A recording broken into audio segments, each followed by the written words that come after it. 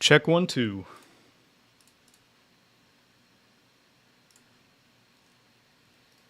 Check 1, 2. Check 3, 4. Check 1, 2. Check 3, 4. Check, check, check 3, 4. Alrighty. Good morning and welcome to the stream. Today I am going to be discussing everything that you probably never needed to know about surface models. So I am giving an internal training at my company about surface models, and I figured as a way to sort of run through it and practice, I could just deliver it on stream. Yeah, I did something similar with a survey presentation I gave about 10 months ago, and I just thought it was a good way to prepare, so that is what I'm going to be doing this morning. Quick disclaimer, I am not speaking on behalf of my company, and I have tried to remove my company's name and logo from this presentation, which is why it will kind of look a bit crappy. I assure you it looks better in the real version. But yeah, I guess just to reiterate, I am doing this for, my own, personal reasons. It's not, I'm, not representing my company at all. Just doing this as a sort of practice and hopefully maybe to educate anybody out there who is interested in this kind of thing.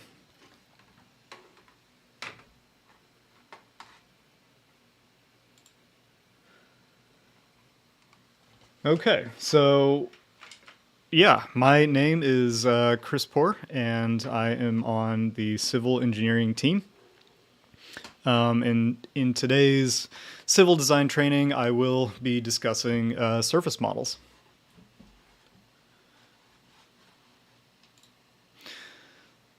So a quick statement of qualifications.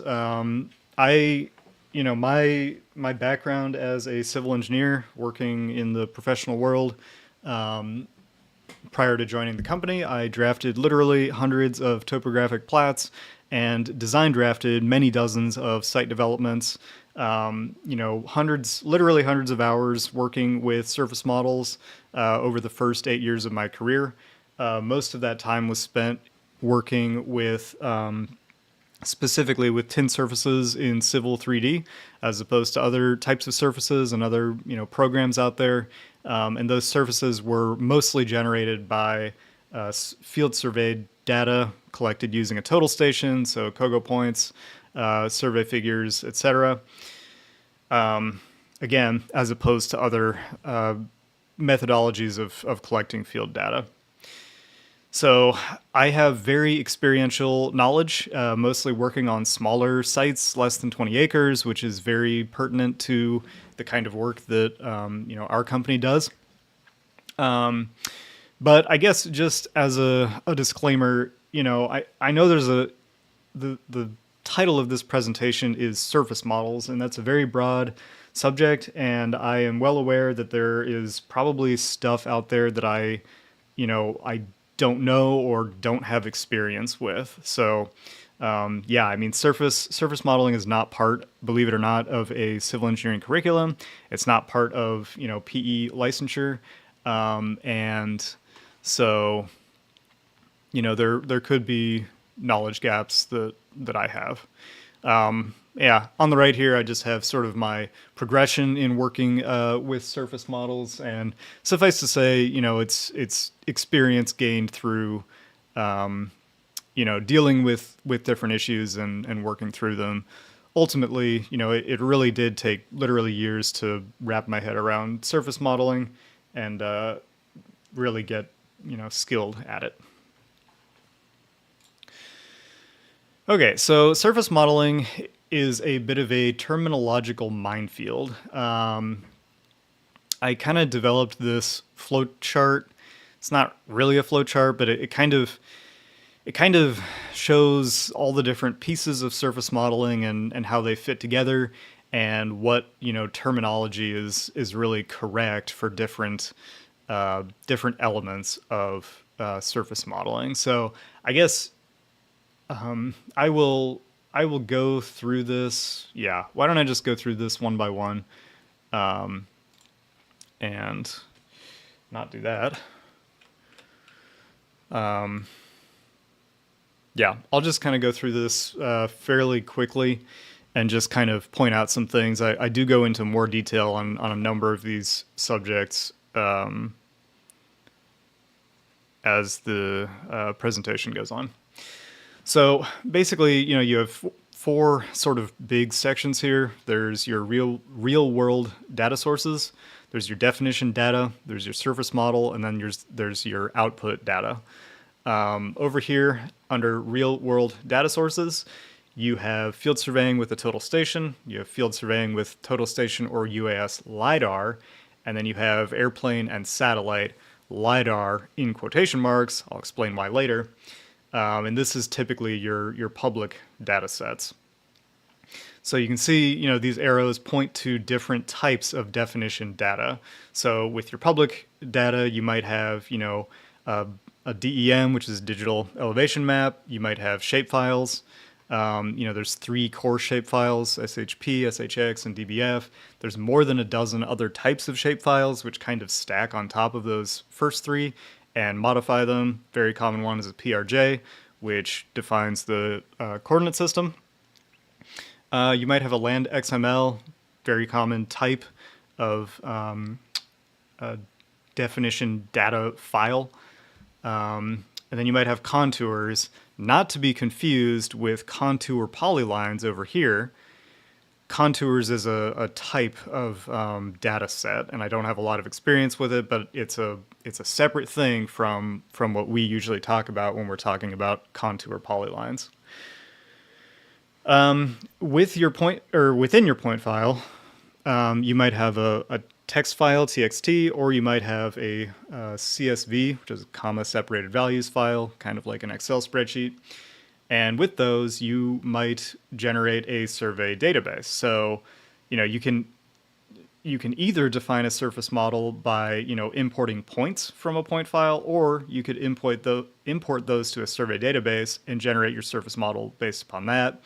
Alternatively, you could import the survey database into drawing entities and then define your surface model based upon that. So suffice to say, there's a lot of different sorts of data that can serve as your definition for your surface model.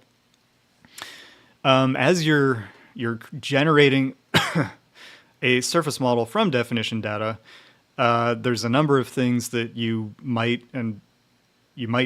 do and are often done by the CAD technician. So they involve using a descriptor key set, a line work code set, and then also modifying with drawing entities. I will talk about these first 2 in subsequent slides. Drawing entities generally, that might be like a border or something like that. If you have a bunch of data over 50 acres, but you're only looking at 20 acres of that, you might just draw a polyline that says, clip the surface model to this location. So that's one example of a drawing entity you might add to a surface model. So within your surface model, you have some different types. By far the most common is a tin surface. And the tin tin surfaces usually come in different forms, or they represent different things, and those are often, or common ones include your EG, FG, and SG. This is existing grade, finished or final grade, or future grade, and then SG is subgrade. And you'll see these terms within the name of the surface. They're all tin surfaces, but they're named differently because they represent sort of different phases of construction. And then you might see a combined EGFG, and this is, the purpose of that is, the EG tin is going to cover the entire site usually. The FG tin usually is going to be only the specific area being modified. So your combined EGFG is going to cover the entire site and it's going to incorporate those proposed, grading improvements. But sometimes it's more helpful to have a tin that covers the entire site rather than just, a small piece of proposed surface here and there and wherever.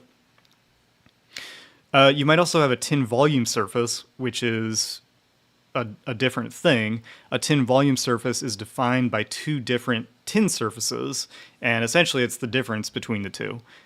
So, if there's 5 feet of difference between your existing grade and finished grade, the tin volume surface would report 5 feet. So, in other words, the existing grade, let's say it's like 107, and the future grade is 112. Well, the difference between those is 5, so the tin volume surface would report a 5-foot elevation. This is very common for getting earthwork volumes, and yeah, so doing earthwork volume quantity takeoff. There's also, DEMs, DSMs, DTMs. I've never used these and don't know anything about them, but they exist and they are types of surface models. I think mostly they're maybe used with like ArcGIS type applications, and I don't have ArcGIS experience, so I can't really speak to them. But yeah, be aware they exist. There's probably other types. I don't know what they're called in MicroStation, for example, but there's probably there could be a different name in MicroStation. So from your surface model, you are going to be creating some kind of output data. By far the most common is your surface style. And as you probably know, in CAD, you have many different styles that you can apply to different entities that do not change the underlying data. They just change how it appears, on screen or on paper or in a PDF, right? So with a tin surface, you could apply a contour style that maybe it has 1 foot contours, maybe 2 foot, maybe 10 foot, whatever you want it to be. It's going to look different even though the underlying data, the surface model, remains the same. You might also apply a triangle style that is showing you all the triangles in the tin. And I will talk about that more later. You might also apply a banding style. There's different types of banding, elevation banding, slope banding, and basically these sort of colorize different areas of the surface model, in order to sort of help you analyze it. So another form of output data, maybe you're generating shapefiles, which we talked about before, different types, many different modifiers for those shapefiles. You might generate a point file. This would be, very useful for construction staking in the field. A surveyor would take a point file and go out into the field and stake the locations of improvements. Once again, a DEM, digital elevation map, don't know much about it. Land XMLs are very common for, I guess, maybe more sophisticated contractors who have equipment that can read digital data. And finally, just one type of output data is going to be your contour polylines that I know the design team relies on very heavily. So there's a couple things you can do with contour polylines. One of them is the PVCase terrain mesh analysis that I know design does frequently. I will talk more about that in this presentation. Another thing, excuse me, that we should never ever do, and there's a red X over this because we should never ever do it, but we do it all the time, is reverse model a tin surface from contour polylines. This does not work, and a large portion of this presentation is geared toward explaining why that does not work. But the case is that often, our company is sort of forced to do this because the data we get is insufficient.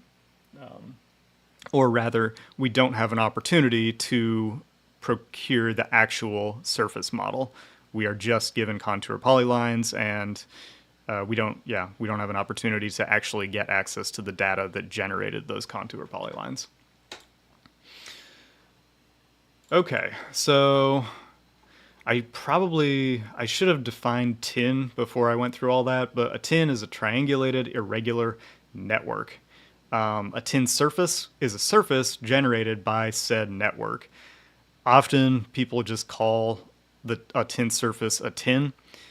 Technically, they're different things. The network is just a network of lines and points, and the surface is the actual model that's generated from that. Then you have, yeah, like I said, your contours, contour lines, contour polylines. These are, lines that are visible on screen or, on paper, or a CAD entity, like a drawing entity down here. And they just represent a consistent elevation interpolated from the tin or from the surface model.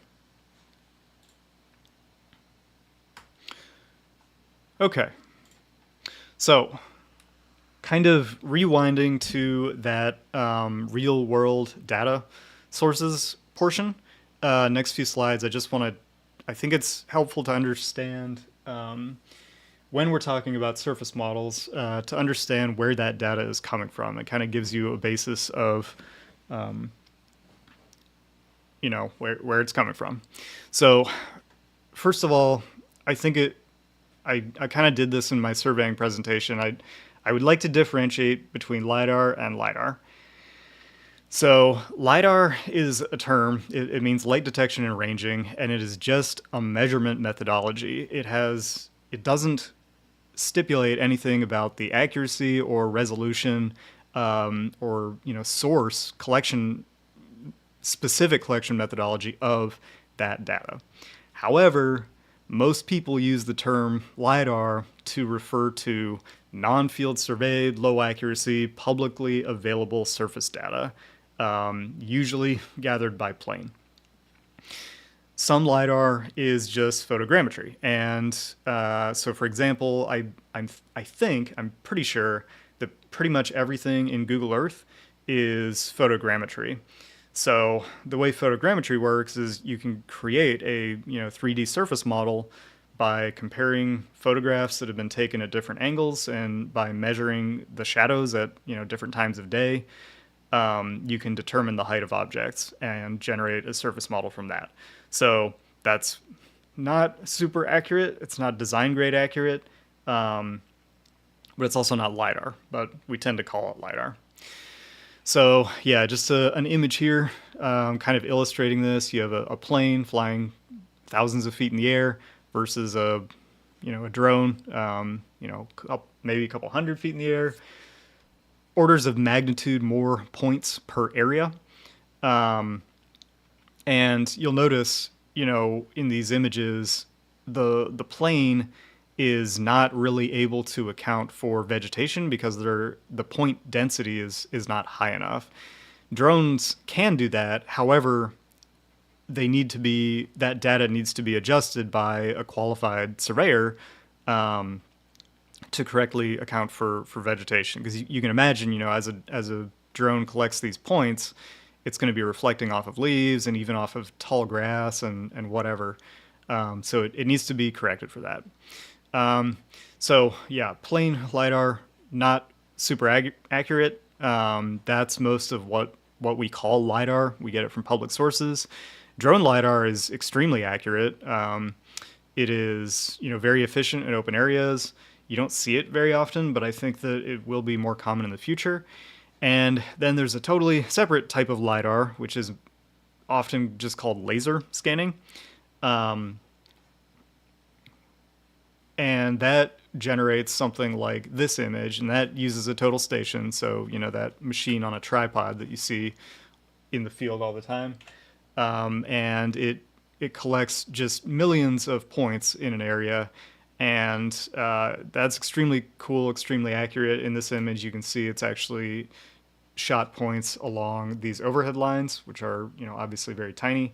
This is mostly used in sort of architectural applications, and where I've seen it used specifically is when there's a concern about historic preservation, and making sure that things are renovated or rebuilt in a way that is copacetic with the previously existing condition. This is going to be probably never happen on Nexamp, on the company sites.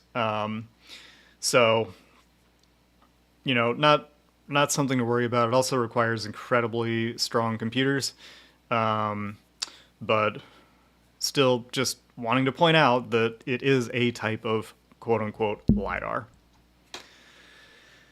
Okay, so field surveying is kind of the gold standard of collecting data in the field. It's better than most LiDAR, and it's better than LiDAR in quotes, which is, public LiDAR. And I apologize. I spotted something that I want to revise in my slideshow. So I'm going to do that.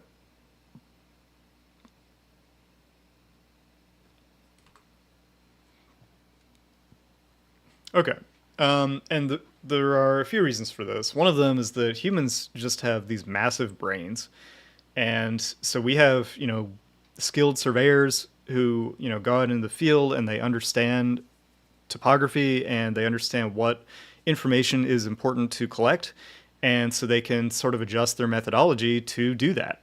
Take more shots along critical areas like a swale or a ditch, take fewer shots in open fields that seem flat where it doesn't matter. Total station and drone LiDAR, they can take lots and lots of points, but, they do need to be adjusted for vegetation. And then, plain LiDAR, public LiDAR, kind of misses both of that. It can't capture those sort of nuanced features. And it also does not account for vegetation very well. So here is, I think this GIF kind of summarizes where we're at. I do think that probably there is an inevitable future in which robots do all of the work and we sort of slip into a WALL-E type situation. But I think for the time being, a lot of this drone type stuff is more nascent and it just hasn't become mainstream, and we haven't built enough trust with it to use it very often. But I do think it will become more common, and I think that it is actually pretty well suited to the kinds of sites that we often work with. Okay, so that was, I'm kind of going the LiDAR, comparing the two, and now I'm getting more specific into field surveying. Field surveying is kind of the gold standard, as I mentioned, and just to kind of recap this from the surveying presentation, the way that surveyors collect data from the field is by shooting points. And so they will carry this controller. This is a total station. This is the controller. They carry the controller to a specific location. They hit a button and it records a point number, a northing, an easting, and an elevation. And then they type in a code. So, this code is for a telephone pole. E-gravel is edge of gravel. And, there's tons and tons of codes, hundreds of them. And here's just some examples here. So that's how they collect data. And then they might also add a line work code, which sort of describes how to draw the line work automatically. So beginning, end, point of curvature, midpoint, point of tangency, these are all ways of defining how a feature line should run along a certain segment of features in the real world. Conversely, total station and drone LiDAR shoot agnostic points that don't have any of the description or line work codes, but they are such high density. There's so many of them. They're spaced so close together that it matters a lot less because you have that underlying data there.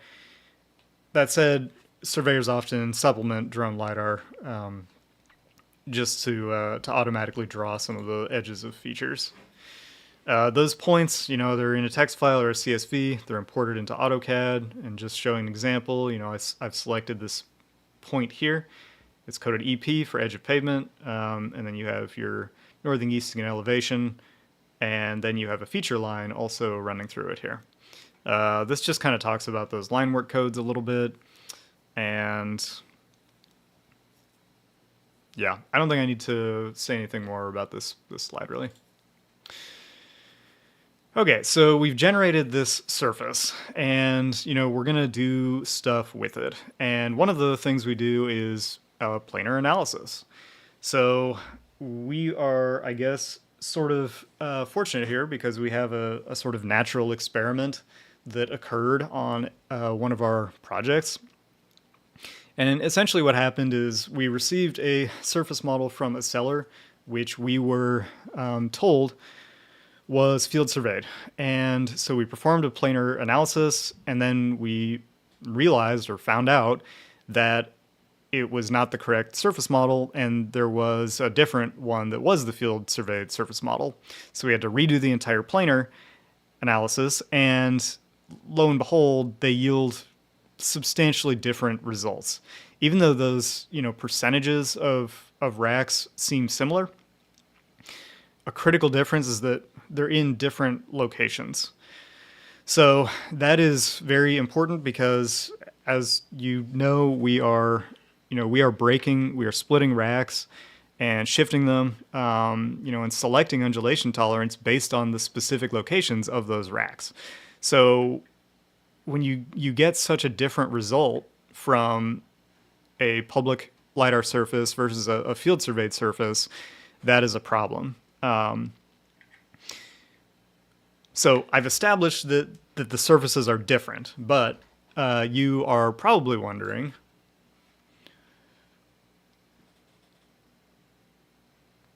why though? Why are they different? What is making them different? So the next sort of segment of the presentation tries to drive down into what is going on there as far as what is generating those differences. Well, for one thing,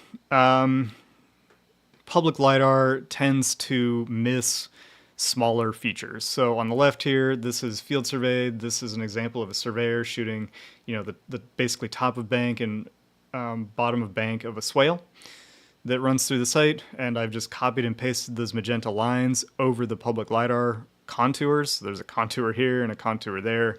I know this image is not cropped very well, but just to demonstrate, there is just nothing in that public surface which suggests there would be a swale there. So that's one problem. To talk about the other problems, we need to talk about the tin and how tins work. So I mentioned the name is triangulated irregular network. And really, this is very similar, if you're familiar with computer graphics, it's very similar to polygons.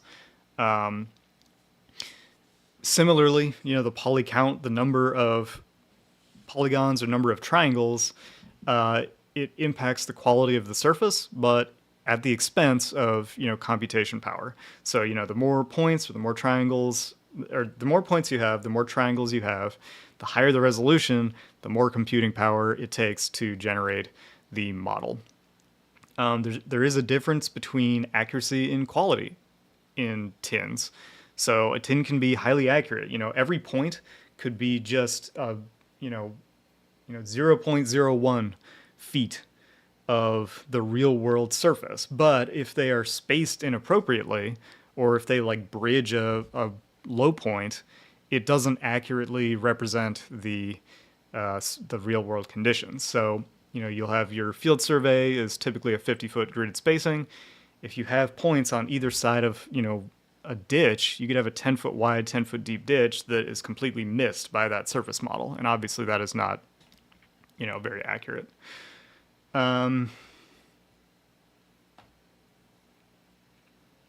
Just making one tweak to the slideshow.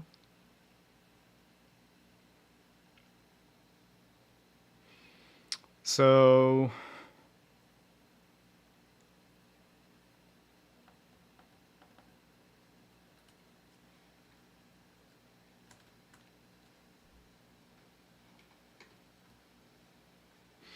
okay, and then just to talk about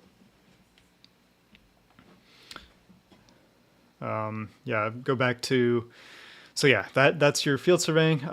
You could have your total station or drone lidar. It has very dense grid spacing, but you have that vegetation issue I was talking about again.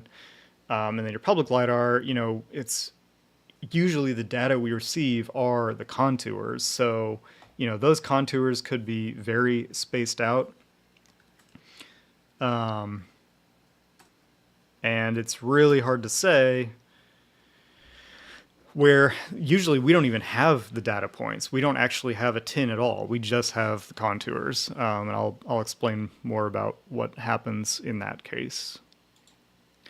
So, here's just some typical contour lines and the points and feature lines that define it. The points are in yellow.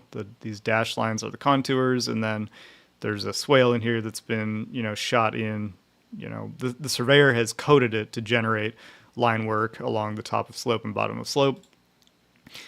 If you can turn on a surface style that shows the triangles. And so now the contours are these blue and magenta lines, and the underlying tin is shown with these gray triangles here. Just to explain how the tin is working in the background, you have these two spot elevations here, 396.15 and 395.76. So the 396.0 contour is crossing that edge, right? But the question becomes, is it going in the middle? Is it over here? Is it over here? Like, where does it cross that line in the triangle? So to figure that out, it's a very simple interpolation. Basically, we need to come down 0.15 feet to get to 396.0. And we know that the difference between these 2 points is 0.39.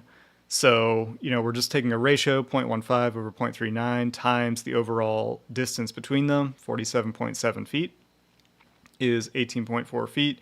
And so that is where the surface model has generated that, or it's generated a point right here where it wants the contour to cross that triangle edge.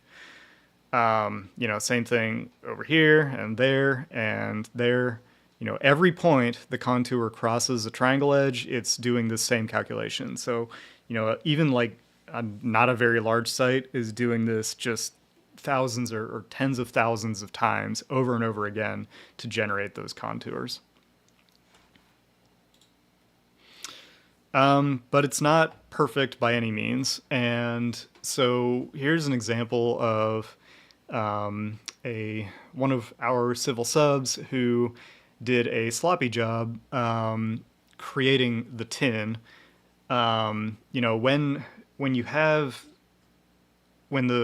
AutoCAD generates the tin, there are some settings you can tweak to try to get it to do a better job, but generally it is deciding where these triangles go somewhat randomly. So, in this case, there's this triangle here, but there's no reason why you have two triangles. You have one is here and another one is right here.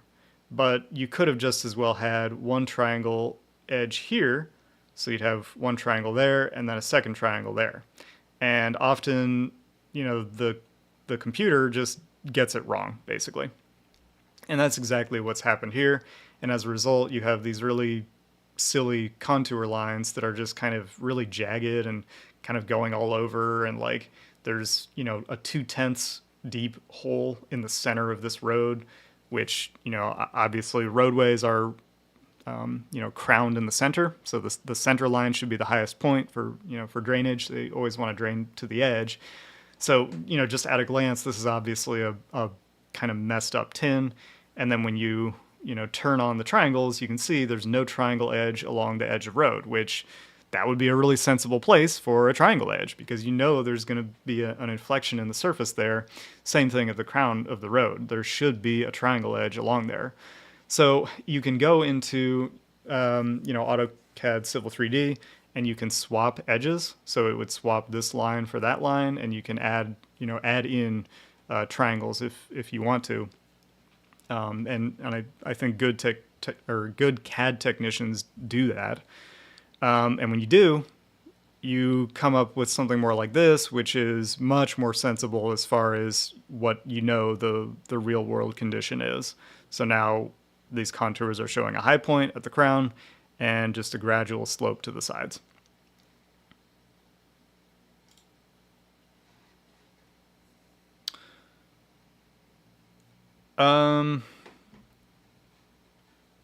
Okay, so now we're going to look at some different planar issues, or kind of do an impromptu planar analysis here. Basically, we have some 2-foot contours here, and I'm posing the question: what undulation tolerance does this white rack require? So, 406 to 404. So somewhere in here, it's going to be 405-ish. Now we're coming up to 406. So, maybe this hilltop here is maybe fairly smooth, might be 1.5. Maybe to be safe, we can say it needs a 2-foot undulation tolerance. When we turn on the 1-foot contours, it becomes immediately obvious that that is not going to work, because we're at 405 here, and we're coming up to 407, so we've already eaten up our 2-foot undulation, and we still have a little ways to go, probably, until we get to the top of the hill. So maybe with the 1-foot contours, we call it a 2.5. When we turn on the tin and the spot elevations, we can see that even that is not sufficient. And, once we have these spot elevations, we can just do the math. 407.59 minus 404.98 gives us 2.61. And, our undulation tolerances come usually in 6-inch increments. So we know this is actually a 3-foot undulation tolerance. If let's say hypothetically, we did not receive a surface model at all, and we just received the 2-foot contours and tried to reverse model the surface from those. So if we were to do that, that's what I've done here. I've basically just exploded the surface into contour polylines and then reverse modeled it. And yeah, for some reason when I exploded it, it added a ton of inflection points along those contour polylines. I think it kind of maybe tried to turn them into splines or something. I don't know, something weird happened, but I think that's actually a good example of how, contour polylines introduce an element of risk, depending on who is using them and how they're being generated. But so each one of these sort of gray things, these are actually extremely skinny triangles. And as you can see, they are basically just stretching right across the hilltop. They're completely ignoring all of the data in here. And so you end up with this big flat plane that's exactly at elevation 406. So yeah, this is basically a hot, steamy pile of rotten garbage right here. If we do the same thing with the 1-foot contours, for some reason in this case, it did not add, all those crazy number of inflection points. But you can still see these contours on the top of the hill are going straight from this point at 407, straight across to a 407, straight across to a 407. So again, you end up with this flat plane at 407 at the top of the hill, even though we can see the spot elevation right here is 407.59. And you can see the triangles aren't tying into those spot elevations.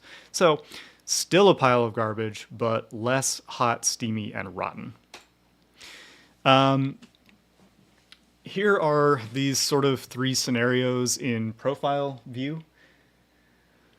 So basically, this surface up here is what was modeled based on the points. And, you can see it's coming up to that spot elevation that was at 407.59. The reverse modeling from 1-foot contours, you get this flat top at elevation 407. And then the reverse modeling from 2-foot contours, you have the flat top at 406. And, this edge is hanging out here. And so if we drop it down, this red line kind of represents our undulation tolerance from the rack. And yeah, when we reverse model from 2 contours, it's reporting a 1.1 foot undulation tolerance. When we reverse model from 1-foot contours, it's reporting a 2.1 foot undulation tolerance. And when we use the tin modeled from points, we're getting a 2.7 foot undulation tolerance. And obviously these are very different things when we're selecting racking. And by the way, I did cherry pick a sort of hilltop, a rack centered on a hilltop for this example, but this hill is not a very steep hill. This is not extreme terrain by any means. I think it's like 3 or 4% slope through here. Okay, so this is reverse modeling at its absolute worst. I don't think I've ever seen such a bad reverse modeled surface before. These are 2-foot contours over a fairly flat area, so those 2-foot contours are spread out very long, and you end up with like 300 feet along a triangle edge here. Excuse me.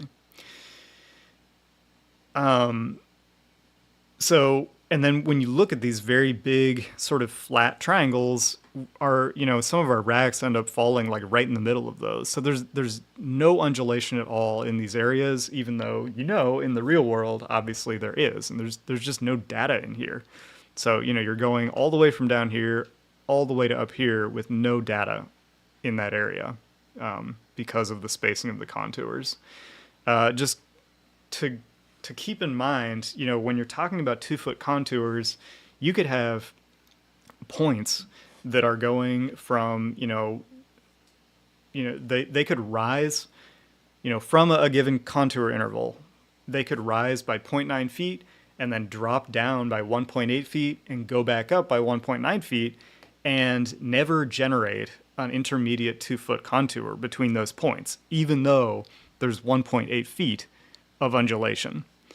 So obviously we cannot make good decisions about, our undulation tolerance based on reverse modeling from 2-foot contours or really even 1-foot contours. Cause, with 1 foot, it's the same thing. You can go down, you could have up to 0.9 feet, I think, of undulation. Yeah. Without it reporting anything. Another thing that tends to happen with reverse modeling is you get these phony contours. So in this example, somebody reverse modeled a surface from 2-foot contours, and then they just turned on a 1-foot contour style. So it's reporting this 533 contour without there being any data in that area. So in other words, the triangle is being generated by data along the 532 contour and the 534 contour, but the 533 contour is just being interpolated at the midpoint, even though in reality, the 533 contour could be up here or it could be somewhere down here. So that's another issue that can happen.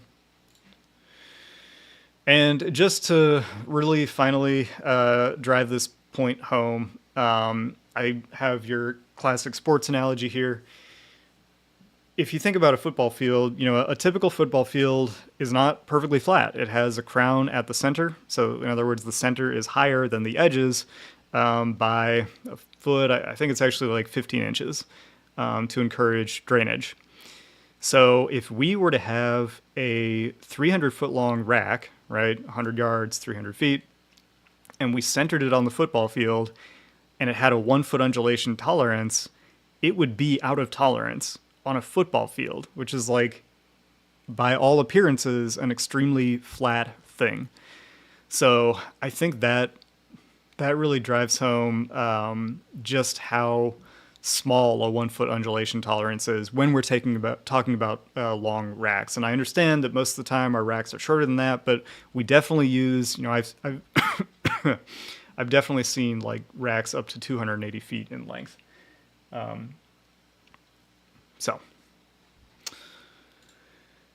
Okay. So having, established all these pitfalls of reverse modeled surfaces, that are, surfaces that are reverse modeled from just contour polylines. When Civil performs its internal planar analysis, we have a standard for the topographic data that we need in order to perform that planar analysis. And I'm not going to read it. It's wordy because it kind of needs to account for a number of like scenarios and edge cases. But suffice to say, what we need is a tin surface. An actual surface model that contains the underlying data used to generate the contour polylines. So we got Michael Scott here, and what he's saying is Civil will have the unmodified survey DWG containing a field surveyed tin surface. If the DWG contains only contour polylines, Civil will send it back. And we do this not to be difficult, but because we do not think that the analysis is valid unless we have, unless it's based upon a good tin surface. So that's our reasoning there. In the lower right here, I just have two images. I know design doesn't live in Civil 3D, so it's sometimes, the easiest way to tell whether a DWG contains just contour polylines versus a tin surface is just to open Civil 3D and, look at it. But because design doesn't really live in Civil 3D, I'm kind of providing a hint of a way to sort of just visually analyze the surfaces or the data to see if it looks like LiDAR or not. So on the right, this is very obviously LiDAR because it has this sort of like jagged mottled texture. And what that is, or why that's happening, is, you have a very high point density, and those points are sort of reflecting off of probably mostly vegetation. And so they're kind of going just above and just below a particular contour interval in a very short distance. And so you end up with this weird appearance. On the left, this is almost certainly field surveyed, not just because it lacks that mottled texture, but because if you look at this field line, you can see that, pretty much all of the contour lines are inflecting right along that field line. And what that shows is that the field line is a break line that was shot by the surveyor. So that's a strong indicator that it is field surveyed. This slide, I'm just kind of looking at, I've been kind of talking about why and explaining why contour polylines are not a very good way to analyze a surface.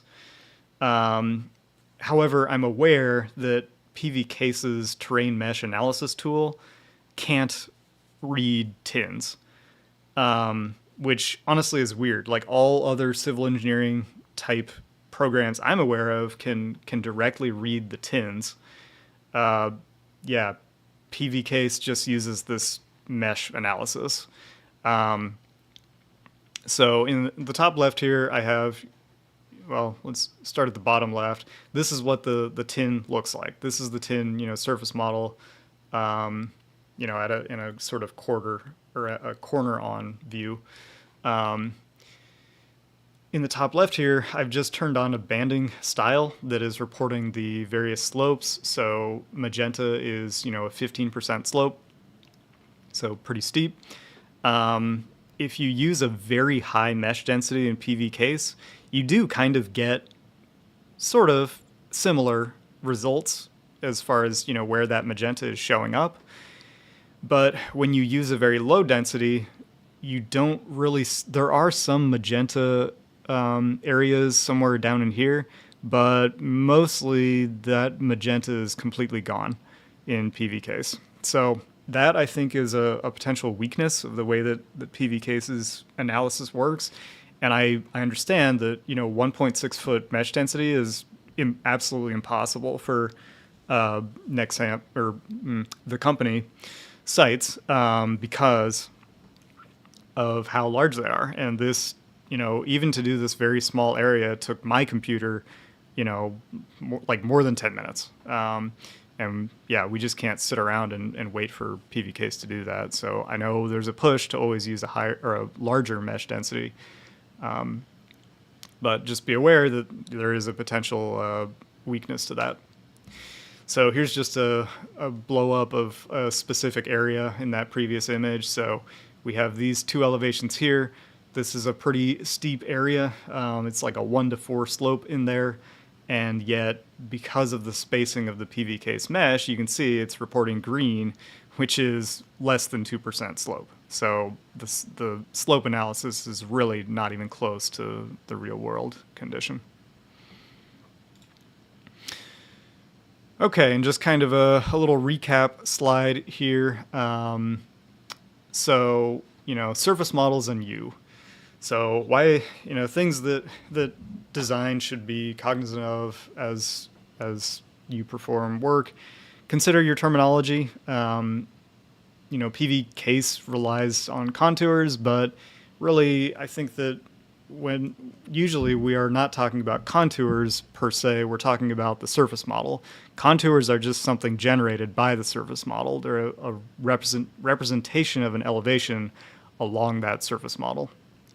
When we're talking with civil subconsultants and sellers and surveyors, request tin surfaces or tins rather than contours, and even rather than surface models, because surface model is a vague term, and tins are really what I think we want to be requesting because they're much more versatile. And yeah, as mentioned, civil really needs a tin in order to perform planar analysis. And you can always extract your contour lines from a tin surface. That is very easy to do, but you can't go, as I hope I've demonstrated, you cannot go the opposite direction, or at least you really, really should not go the opposite direction. And then finally, definitely use the PV case mesh analysis tools, because I think they're great. I think they can, define some of those very clear keep out areas, but be aware that there are limitations, and, especially when you're getting to very low density mesh spacing. And then I just have my really great, just excellent AI generated art here. Yeah, it's pretty cool. I'm kind of mind blown by. These are from Bing. I'm kind of astonished by Bing's ability to create art.